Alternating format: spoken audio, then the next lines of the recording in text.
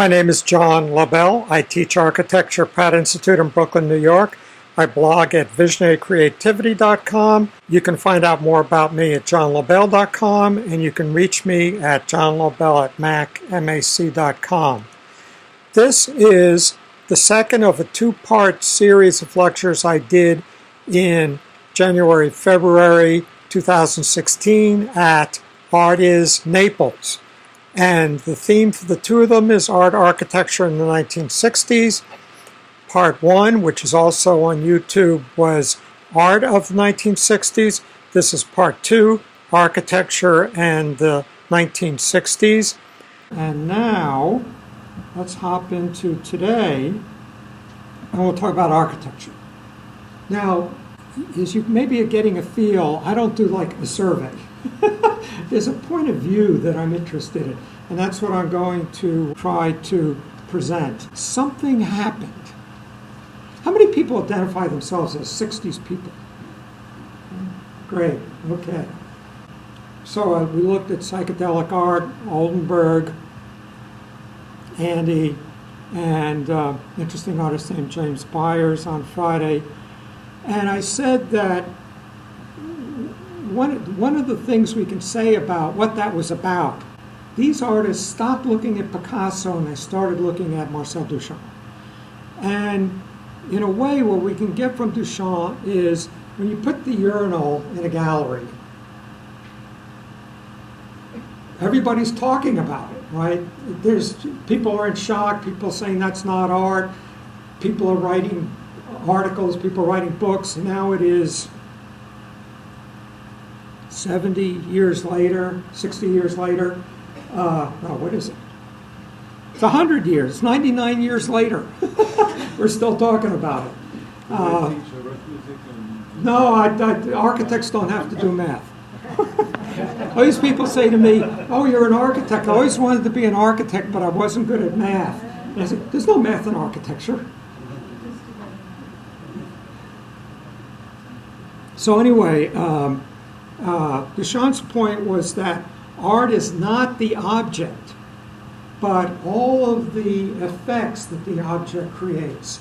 So that's sort of what we got out of Friday. We're going to go a little bit deeper today when we get there. We're going to start architecture. Okay.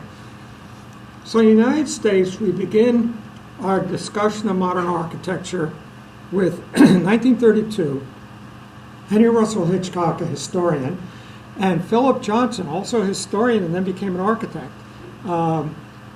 produced a show at the Museum of Modern Art called The International Style. And it introduced to America this, shall we say, white box, glass box architecture that had been developed in Europe. And it, we associated with Le Corbusier's Villa Savoie, sort of a white box, or Mies van der Rohe's Barcelona Pavilion with a lot of glass. And it sort of became the mainstream thread of American modernism. And Mies van der Rohe himself is not the first glass building. 1947 is the UN, which has glass on two surfaces but stone on the sides. 1953 is the first glass skyscraper, Lever Building, diagonally across the street from Seagram. And then 1958, Mies does the Seagram Building, and to this day it is in our minds as a iconic work of architecture. The glass box. The ugly sculpture, yeah. So we don't want to talk about that. There's rotating pieces of sculpture on this plaza, and right now there's a really stupid one. But anyway, Mies really became the dominant force. So you'd say, one way to put it, Mies was a lion standing in the path of all other architects. What does that mean? That means you got three choices. You can do Miesian architecture. You can try to wrestle with the lion and do something else, or you can deviate around. Say, I'm not going to play the game at all. So let's look at what happened. So this is Libra House earlier, but Mies was doing these glass boxes in Chicago already in the late 40s. So it's still, you'd say it's Miesian architecture. So SOM, you might say, surrenders to Mies and works in this idiom, this vocabulary, this glass box office architecture. But then by the 60s, it's marching down 6th Avenue, and people's like, this is not so good. It already starts to be a reaction against it. One of the figures who wrestles with Mies is Paul Rudolph. He was Dean of Architecture at Yale and did the new Art and Architecture building, just got renovated. And so it's extremely muscular, borrows from Le Corbusier's concrete. It's brutalist, very aggressive, hostile in a way, but it was one way to turn against Mies. Somebody mentioned a Paul Rudolph building nearby. Who was that? Okay, you want to tell everybody where and what it is? Great. How far from here?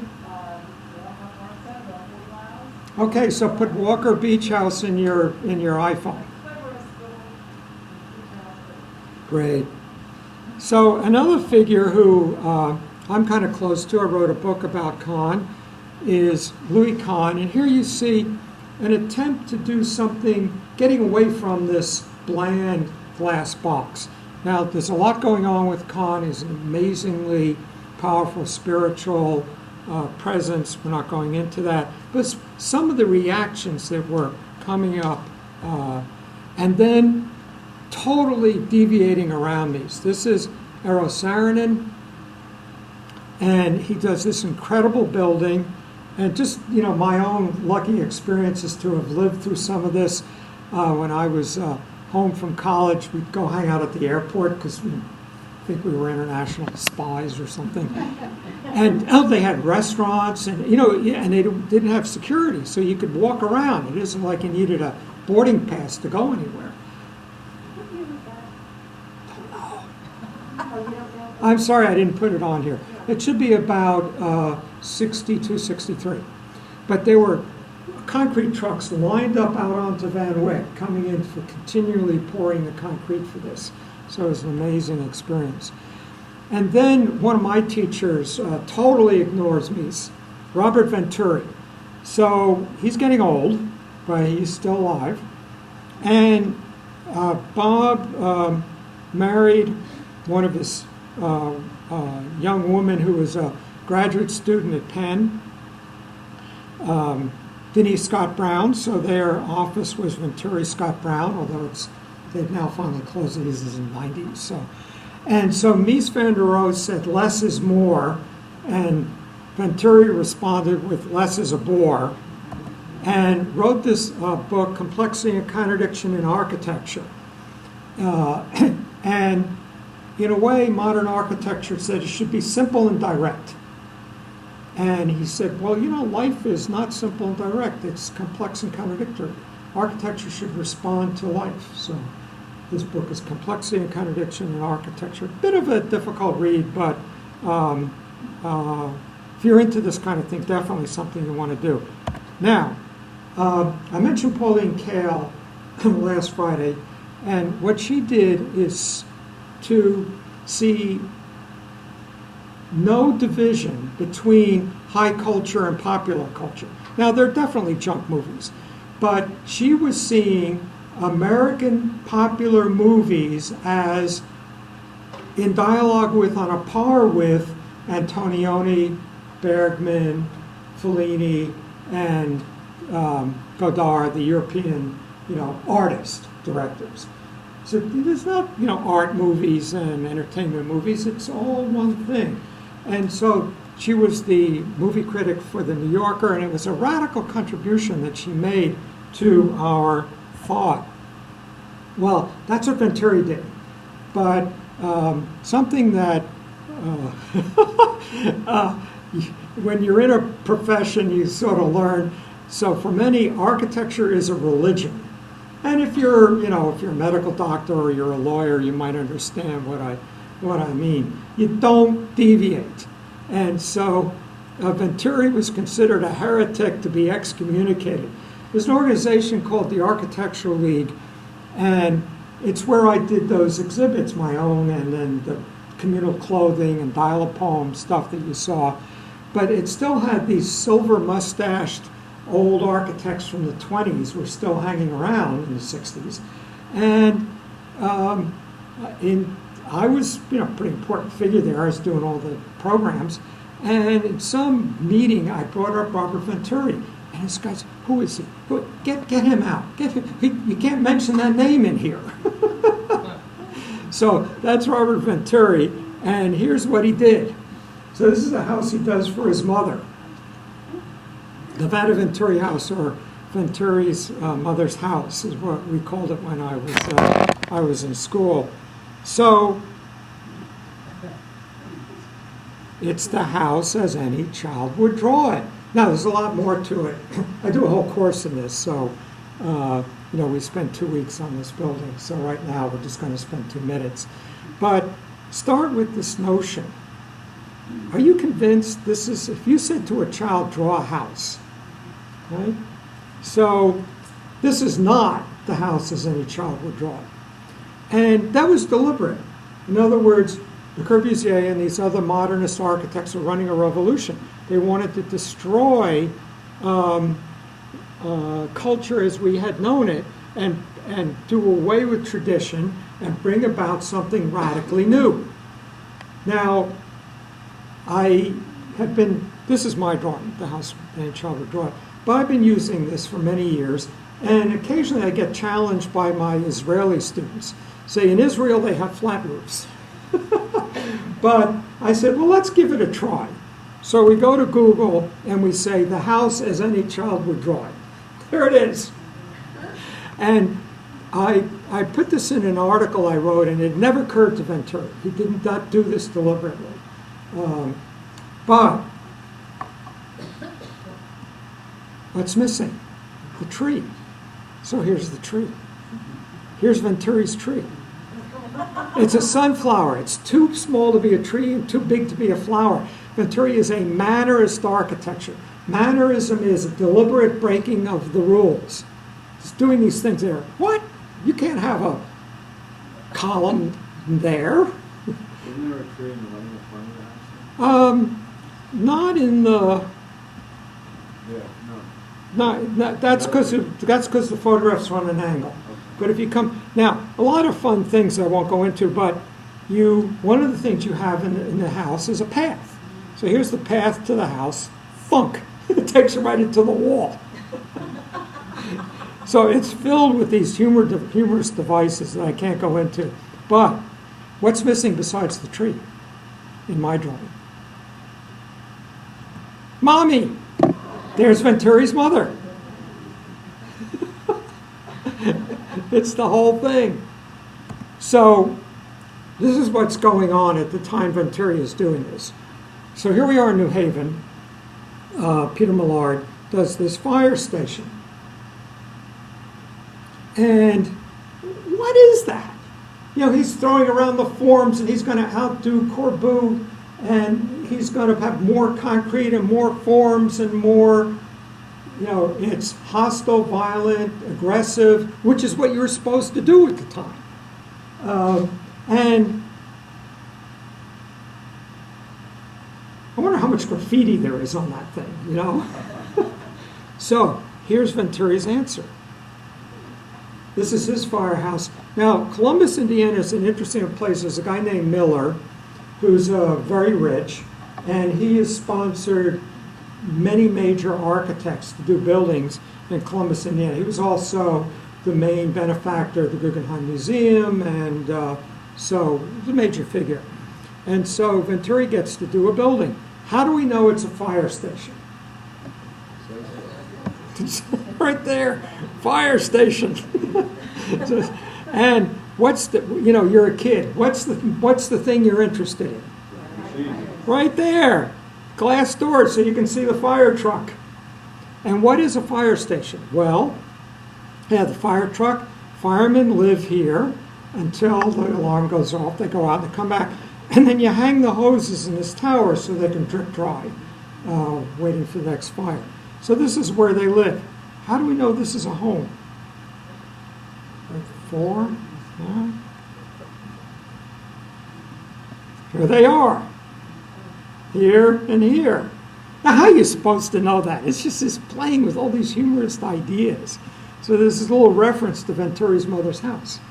So, and then there's a tradition in a lot of communities, 1% for art. So in an architectural budget, $10 million, you're supposed to spend $100,000 on a piece of stupid sculpture in front of the building. So architects, my building's a sculpture. I don't need your stupid sculpture in front of my building. So they like to see if they can get the money to upgrade the lobby or something like that. So Venturi says, okay, 1%. These are cheap red bricks.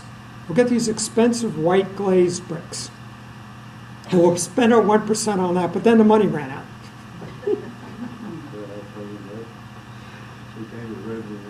No, these are cheap red bricks. And then these are the expensive 1% for art, expensive white glazed bricks. So it's just filled with this kind of humorous approach. So, but I want to now go and look at some other ideas. So remember I said there are a lot of claims to the 60s. And what I just was looking at, even in the case of Venturi, is very official architecture. Most of the art I showed on Friday is art that would be in the Museum of Modern Art. Somebody asked me about Peter Max. I really respect Peter Max. I think he was terrific, energized my era. But it wasn't officially accepted as art for the Museum of Modern Art. So here's some alternative architecture. Whole Earth Catalog, talking about domes. Here's one of the domes at Drop City, first rural hippie commune. And we'd also use the term for these zones. And what you do, at the time, cars were piled up in junkyards because was not economical to recycle the steel. Now it is, so they're gone. But there would be these piles outside of cities of junk cars. So you get up there and you get an air hammer and cut out a triangle from the hood of the car, put it in a press brake, bend it, and you get these triangular pieces to make these zones. But what I want to look at today is an approach to architecture. This is all introductory. Now we're going to look at the real deal. And there's a group called ARCA. So they were in England, and they, early mid-60s, they're coming along, and England was much more socialist then than it is now. So there's really only one major architecture office, and that was the London County Council, and it did the public housing. So you have fun in school, you do all this cool stuff, and now you're going to go to work for the rest of your life doing this stuff. And they said, you know what, we're not going to do that. So there's a whole bunch of people associated with this. I'm not going to go through them. It's just ARCA Brain. Just refer to the group. And the key thing is they did not do buildings, they did drawings. So they're going to start a magazine. So this is what a magazine should look like. This is Architectural Forum, on the official magazines. Well, their magazine's a comic book. The Amazing Archagram. And it's this 1930s Flash Gordon imagery that they're using. And this is, if you think Archagram, this is the project you think of. This is called Plug-in City. And here's the infrastructure. Why should the streets, sewers, cables, phone lines, water mains all be two-dimensional? Why can't they be zapping through the air? So they make their infrastructure three-dimensional. And then their buildings are these giant frameworks, and you trade in your car every 3 years. Why don't you trade in your apartment every 3 years?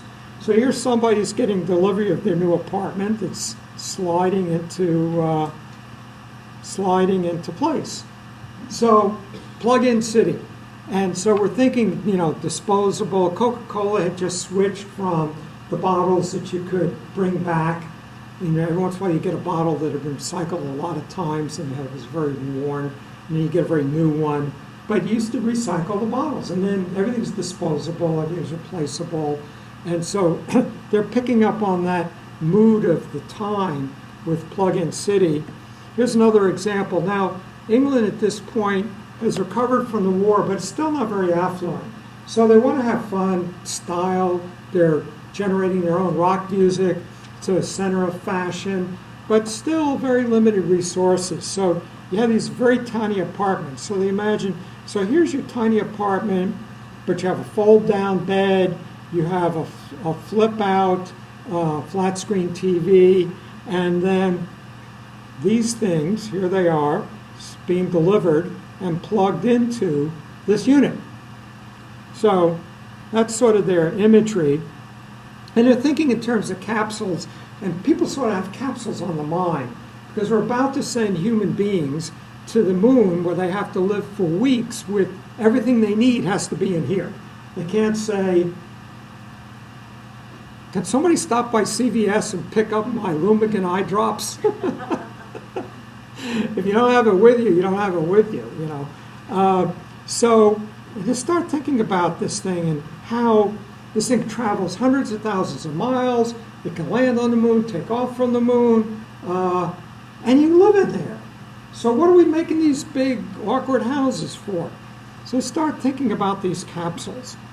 And so this is an archigram capsule, and it's sort of inspired by the lunar landing module, but also, you know, it looks sort of like a human heart with ventricles and auricles. But how do we know that this is meant with a sense of humor?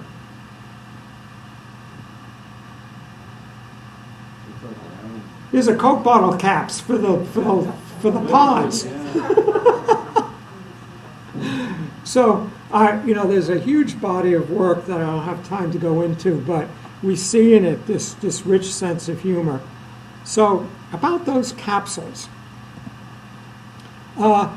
Building this thing is going to be a lot of work. You know, you want to have a modern, futurist city. I mean, look at all the effort it's going to take to do that. We're just interested in the imagery anyway. So why don't we just bring in a dirigible, drop down some bed sheets, and get a bunch of projectors? There's one more step. What comes next? Anybody? It's all in the mind. A designer drug, the Enviro pill.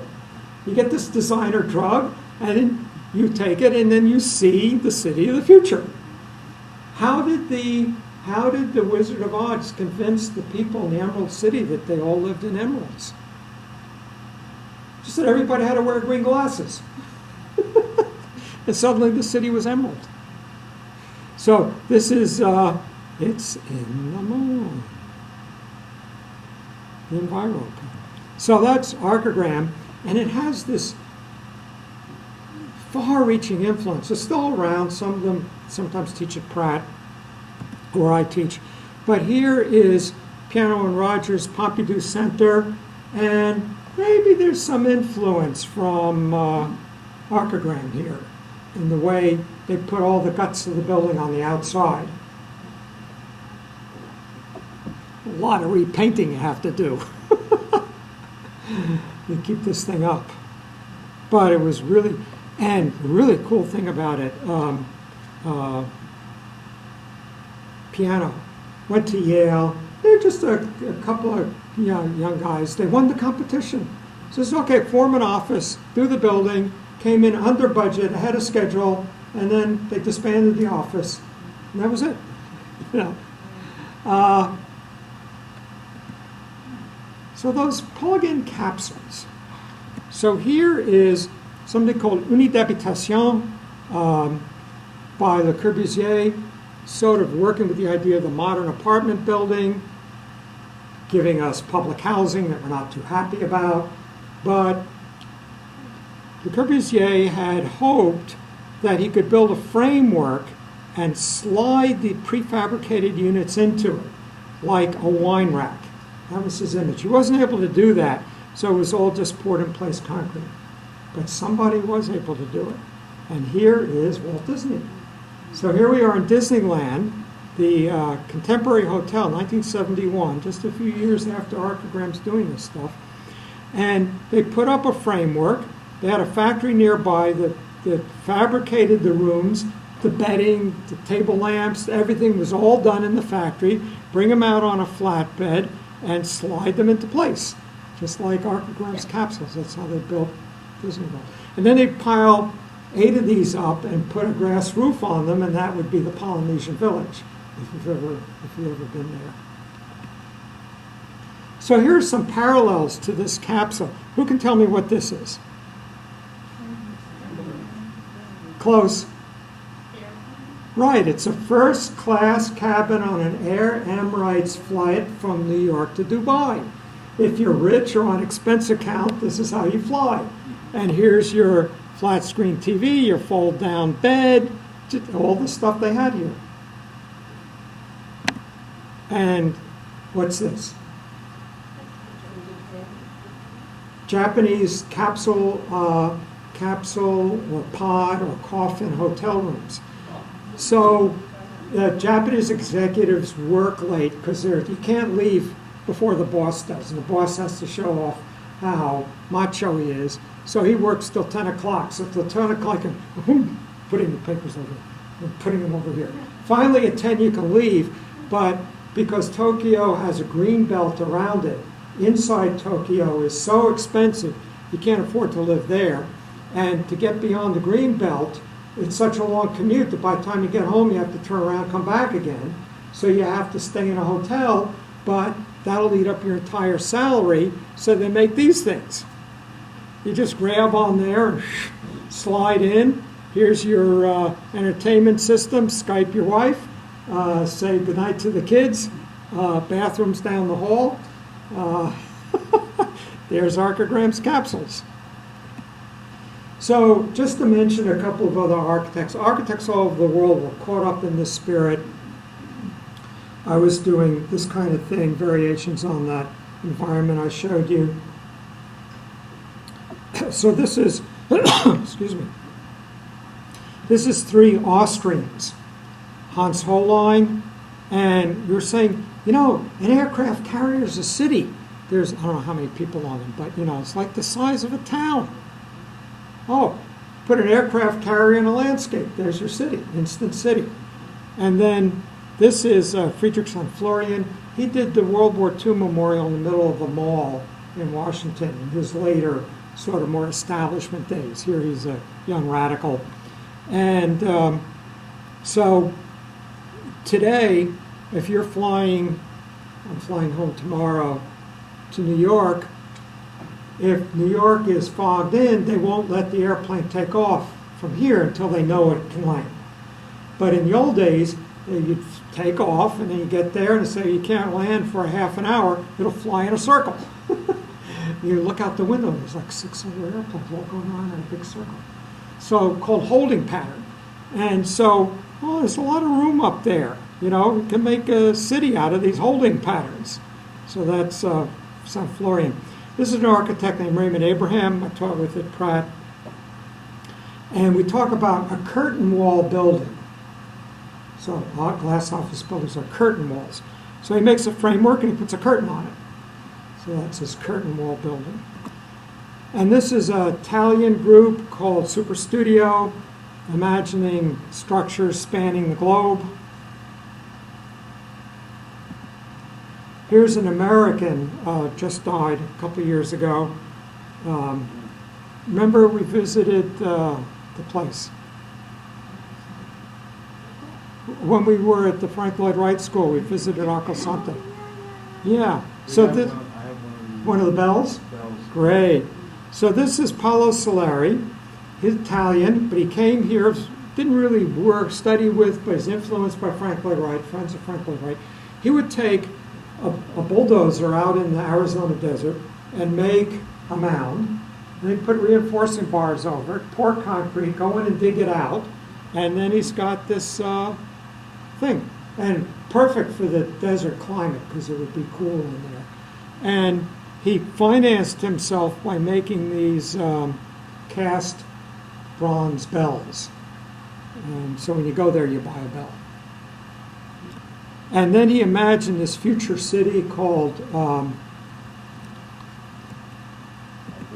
Thank you. Arco Sante. Now right down Thanks. there. I cheated.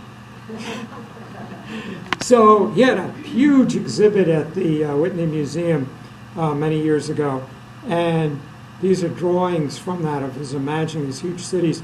And so it's a summer program. Kids from architecture schools go there and they build these things, but they're never going to be what he's imagining. But, interesting ideas. Which leads us to major American figure, Buckminster Fuller. So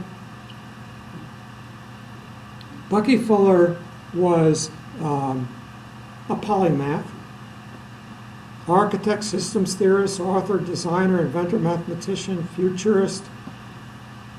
He did some of his key work when he was teaching at Black Mountain College, finished his career at University of Pennsylvania. And he was thrown out of Harvard for thinking for himself. So he was eclectically self-educated. And he did major developments in mathematics and very broad-scale thinking. So in 1922, his young daughter died, and he was so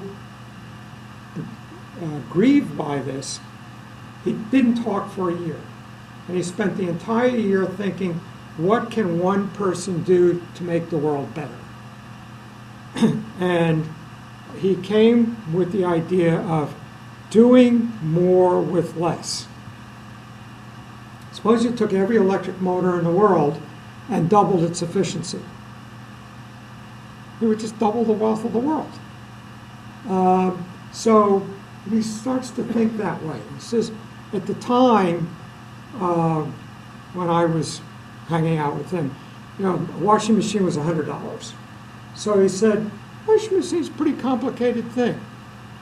If you can make a washing machine for $100, you should be able to make anything for $100 of that size. You mass produce it with the right efficiency. So this is an idea he does in 1929 for mass-produced apartment buildings that get delivered and set in place by dirigibles. So he's thinking in terms of highly economical mass production. He's known as the inventor of the geodesic dome, which he developed while he was at Black Mountain. And it's used where lightweight stuff is needed. A lot of radar stations are put under these domes, and the skin is put on there that doesn't interfere with the radar. He developed, after the war, after World War II, everybody was looking to how to mass produce economical housing, and who figured it out? Levittown. You know, $9,000, and it included a refrigerator, the washing machine, everything.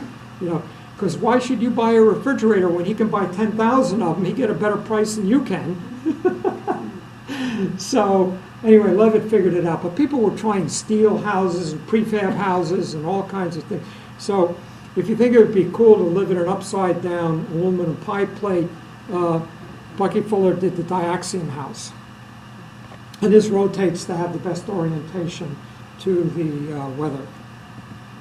And then these, I'm just thinking, far out thinking. So for example, if you think of the winter, so all the buildings in New York are like spikes, and is all this surface area losing heat from every building. But if you put a dome over Midtown, then you have a much larger volume to surface area. You're losing far less heat. It becomes much more economical to heat and air condition the city. And then in the 60s, everybody's worried about overpopulation. We're going to run out of room. We're going to run out of room. And so you're in an airplane, and you look out. First of all, the country's empty. But there's a lot of those center pivot irrigation things, you see. You know, it's being farmed. But there's a lot of room up there. So he says, you know, if you take a town and you put it in a sphere and you raise the temperature 2 degrees above ambient temperature, it'll float. There's plenty of room up there. So he thinks that way. And then we know him for his American Pavilion at Expo 67 in Montreal. Now, he wrote many books. One of them is called Operating Manual for Spaceship Earth. And so he's one of the key figures that introduces this idea. And then we look back from, I think this was shot the first time we went around the moon, but didn't land. So that's the first time we saw it from the Earth from that distance. So, oh my God, it's small. You know, we gotta get our act together on how we manage this thing. So he wrote an operating manual for Spaceship Earth. And he would go to schools and he would do what was called the World Game. This is way back in 1961, where you start thinking in terms of each time he would do it, there'd be a project, and there are all these publications of what they come up with. He did something called Diaxiom World Map. You know, there's a problem with the Mercator projection and all the different, how do you get a sphere onto flat? And there are problems whatever you do. This is his, and it's really interesting because you can do it so that you're focused on the sea, or you can do it, unfold it so you're focused on the land. You look at it and say, oh my God, North America and Asia are one continuous thing. We just, think, well, it's up there. There's no up there to a globe. We call it the North Pole, but what if you tilt it that way? So you could have one continuous electrical grid from Siberia to New York. And when one people are turning on the dishwashers, the others are going to sleep. And so you can sort of balance the electrical grid globally. So he would think that way. Okay, so getting toward the end here, some other cool groups at the time. One was called Ant Farm. So if you're a kid, particularly a boy, the comic books you would have gotten, many of them had an ad on the back cover for this ant farm. So what it is two sheets of plastic with a frame. And you had to get your own ants. But you put ants in there, you can watch them make tunnels. So that's Ant Farm. So this group named themselves after this kid's toy. And they would go to college campuses, say at Pratt, we'd go down to Canal Street and buy huge sheets of plastic. You get a clothes iron and seal it around the edges, make a tube, back up a fan against it, and you've got an instant structure. It takes 20 minutes to make a building. What's this stuff, where everybody's making a fuss about? Do it in 20 minutes. And you go in there and play rock music. They did one building called House of the Century. It's not in good shape right now. But very handsome and poured in place concrete, and they took all the formwork from the concrete and laminated inside and had these massive power grinders. They had to wear diving equipment to breathe because they ground the wood and made a lot of sawdust to make all these forms in there. So it's a very beautiful idea. And then this is one of their pieces. You can, on the reading list I gave you, you can find this online, this movie. It's called Media Burn, Homage to Harley Earl. Who can tell me who Harley Earl is? Chief designer. Very good. So he designed all those tail fins. So I showed you, remember I showed you, was going to big in America last Friday with the P-38 fighter jet and the tail fin. That was Harley Earl's buddy, took him out there and showed him that, culminating in 1959, right here. So Ant Farm customizes this 59 Cadillac, puts up a stack of TV sets, douses it in gasoline, and drives the Cadillac into it. So that's the kind of thing we did in the 60s. How many people have seen this driving across the country? Isn't that cool? I had no idea where I went, just driving, oh my God, there it is. So this is called Cadillac Ranch. It's every Cadillac from 49 to 63. And after 63, the tail fins are gone. And originally, and they put fake tires on here made out of cheap plastic, so because people would otherwise steal them. So for the first few years, it's Texas, so they're full of bullet holes. Now we're getting the kind of Hispanic influence, so they're full of graffiti. So they've sort of been picking up the culture over the decades. So some of this architecture gets built on a large scale at Expo 67. Today we're in a very adventurous age. Things like the Beijing Olympics bird cage, Frank Gehry's Lobell Museum. So we're in a wonderful golden age of architecture. But this was exceptional for the 60s, that to do this kind of stuff. And then most prominent for us architects was Moishe Safdie's Habitat. He's still got a very active office. He's getting big commissions all over the world now. I think what's that wonderful CBS Sunday Morning? Sunday Morning, thank you. Did a profile on him, and you see the stuff he's doing around the world. But these are, people saying, if we can prefabricate architecture, would it be more economical? Well, this was not economical, but it explored the idea of making these boxes and stacking them on each other. But his main interest was in making lots of outside space for everybody. So you have your little garden in the sky. So let's wrap up. Let's think a little bit about what this was all about. And so what happened was the baby boom. And so that made this different from any other era. So during the war, all the men were away for 2, 3, 4 years, and all around the world. Then they come home and immediately got to get a family going, because you're already behind 3 or 4 years. With the GI Bill, they're going to college. With the GI Bill's mortgage program, my uncle said, $75 down for a house. Who can't afford $75? Buy those Levittown houses, $75 down. Which was a lot of money then, but still totally affordable. And then you had kids. And when you get to, the cover of Life magazine would have these, these, whatever they are, that part of the bassinets. But what's the room? The nursery filled with bassinets, just a line. I don't know if we'd do that today. But anyway, just rows of them, it's just, and then they hit school. And then they're just building schools like crazy to try to, catch up with this. So Daniel Moynihan, a very brilliant thinker, had been a administration official and then became senator from New York, said, when a small culture invades a large culture, very often the large culture absorbs the invading culture. So anybody who's ever invaded China became Chinese. And so each new generation is an invading culture. Well, these kids come along.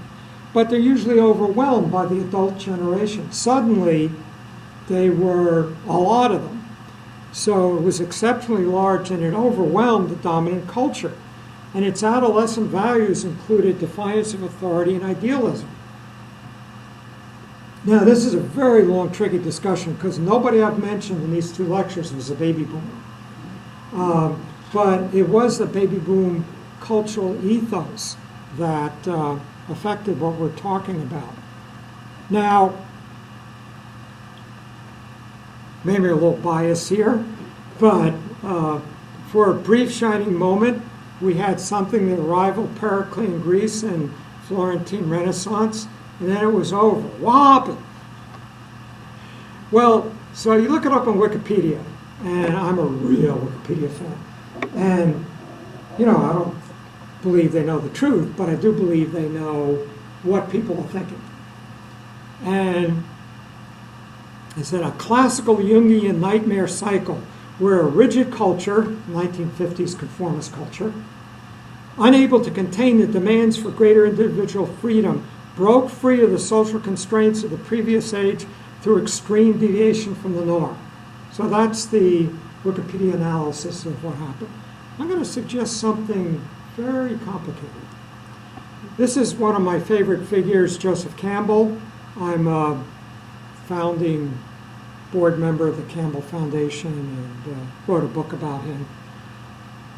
And he wrote a very powerful essay called Symbol Without Meaning. And it's in the book Flight of the Wild Gander. So readily available. I think you can find it PDF online if you don't want to buy the book. And in it, he looks at the clash between Paleolithic culture and Neolithic and high culture. And he lumps the Neolithic and high cultures together. And he rejects the idea that the human adventure is one continuous progress of greater wealth, sophistication, scientific understanding, and power over and control of nature.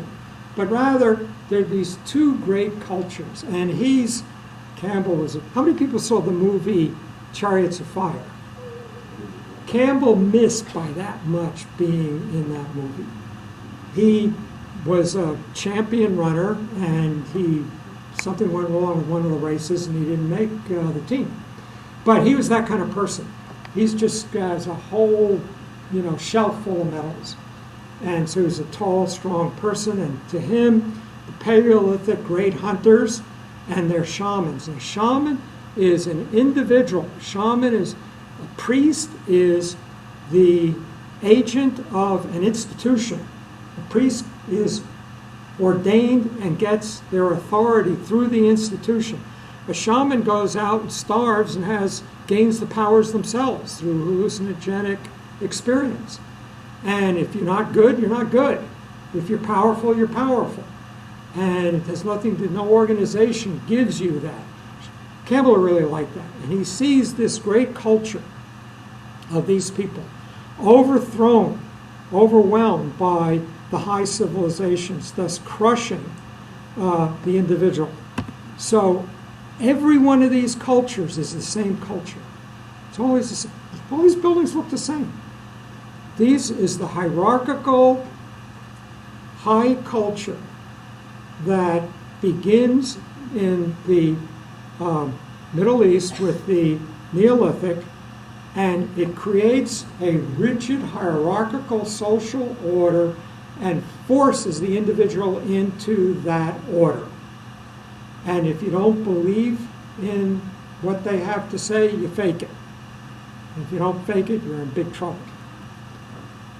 For me, the 1960s was one brief shining moment when some broke free from the hierarchical culture of the priesthood back to the spiritual individualism of the shaman. Each person individually experienced the cosmos as it is, not as it was presented through this 5,000-year-old myth that people still buy. But they could not hold their freedom, and the priesthood again took over, crushing them back into the hierarchy. So that was my 60s. Thank you.